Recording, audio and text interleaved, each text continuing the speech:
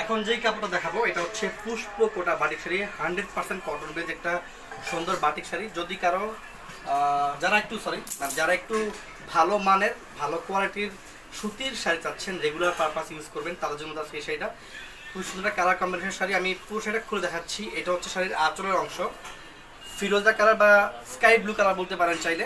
সম্পূর্ণ আঁচলটা হচ্ছে ফিরোজা কালারের ভিতরে, দুপাশে বর্ডার প্যানেলটা হবে আঁচলতে ম্যাচিং করা। আর এটা হচ্ছে পুরো শাড়ির জমিনের অংশটা, দুপাশের বর্ডার প্যানেল দেখতে পাচ্ছেন, খুব সুন্দর একটা পাতার ব্লকের তুলির মাধ্যমে কাজগুলো করা, মোম তুলির মাধ্যমে কাজগুলো করা হয়।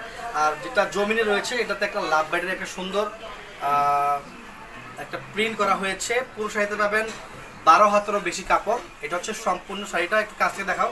এটা যে কোটা কাপড় দেখা দিচ্ছে, দেখেন ভিতরে ঘর ঘর একটা প্যাটার্ন রয়েছে। আর এটা হচ্ছে সম্পূর্ণ শাড়ি, বহরের দিক থেকে অনেক বহর রয়েছে কাপড়টাতে।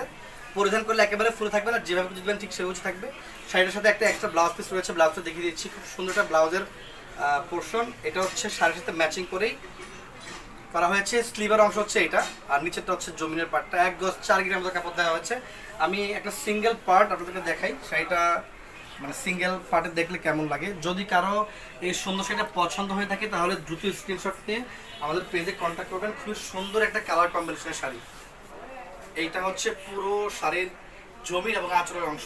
শাড়ির সৌন্দর্য বৃদ্ধির জন্য আঁচলের সাথে টার্সেল অ্যাটাচ করে দেওয়া হয়েছে। যারা ভাবছেন শাড়ি থেকে রং উঠবে কিনা, আসলে বাটিক শাড়ি থেকে একটু কস যায়, বাট কালার উঠবে না, মানে একেবারে কালার চলে যাবে না। এগুলো একদম কালার না যাওয়ার মতো ওয়াশ করা শাড়ি, যেহেতু এগুলো এই হচ্ছে টার্সেল, কাছ থেকে দেওয়া টার্সেলগুলো খুবই ভালো মানের টার্সেল অ্যাটাচ করে দেওয়া হয়েছে শাড়ির আঁচলের সাথে। যদি কারো সেটা পছন্দ থাকে তাহলে দুটো স্ক্রিনশট নিয়ে আমাদের পেজে কন্ট্যাক্ট করবেন। ধন্যবাদ সবাইকে।